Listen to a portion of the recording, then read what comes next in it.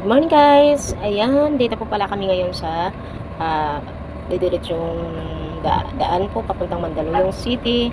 At dito po kami guys mag-exit sa didiretsong daanan at para po hindi tayo matraffic. Kaya ayan. Ayan guys. Let's go!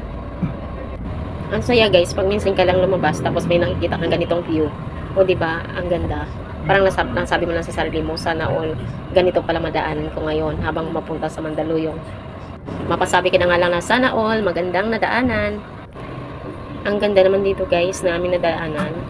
Ngayon lang po ako nakadaan dito guys, simula pa noon. Siguro ito yata ang tinatawag na expressway, pero hindi ganitong kaganda ang nadaanan namin noon na expressway.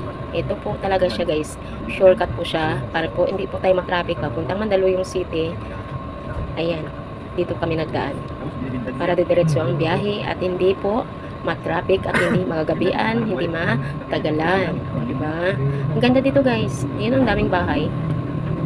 Ang dami pong bahay makikita niyo po sa baba. Ang dami pong bahay na madaanan po natin sa baba. Ayan, diba? Ayan, oh. Ang ganda guys. Kaya lang talaga ako nakadaan guys dito. Dito pa lang shortcutan papunta Mandaluyong City. Kaya at least walang traffic, didiretso lang ang biyahe. Ayan. Parang expressway din to guys. Didiretso lang din ang biyahe. Pero ang ganda Hindi ko akalain ganito ang matatanaw ko sa paligid ko. Ang ganda ang matatanaw ko guys. Magaganda. Ayan. Panoorin niyo po hanggang dulo.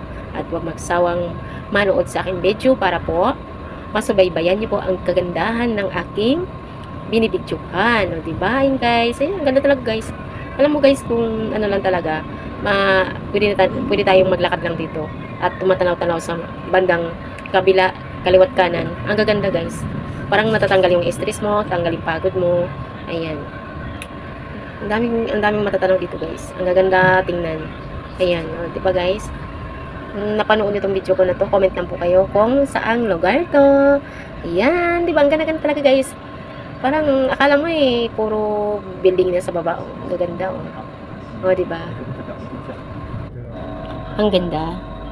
Diba? Ang ganda-ganda guys. Ayan. Ito ang ganda guys. Ito ang nadaanan mo natin. Ito pa guys.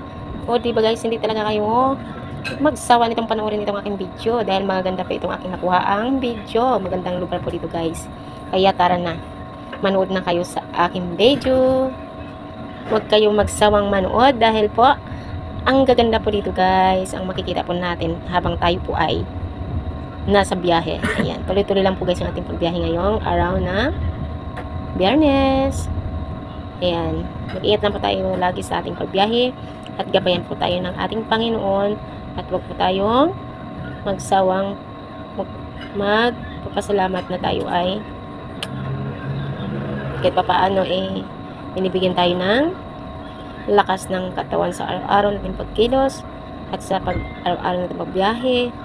Ayan. At sa lagi tayo pag tayo ay umalis sa bahay, magpasalamat po rin tayo kay Lord na tayo ay ligtas po sa ating pag-uwi. Kaya ayan lang po guys. O diba guys? Ayan pa guys, nakikita ko naman to. Ayan, pababa na po kami guys. Ang ganda dito guys. O, ayan o. Ayan guys, may nakita naman akong bago. Habang pababa po kami, ay nakikita ko na pong unti-unti ang kagandahan ng view dito. O, diba guys? Ang ganda dito guys. Siguro guys, pag tayo ay tumungtong dito sa ating nagdadaanan ngayon na kalsada, siguro ang ganda siguro pa sa baba titingnan guys. Siguro mapasigaw ko na lang na ayoko na. Sana all. Dito na lang ako. Charot lang. Ayun guys, hanggang dito na po ang video. Bye bye po. God bless.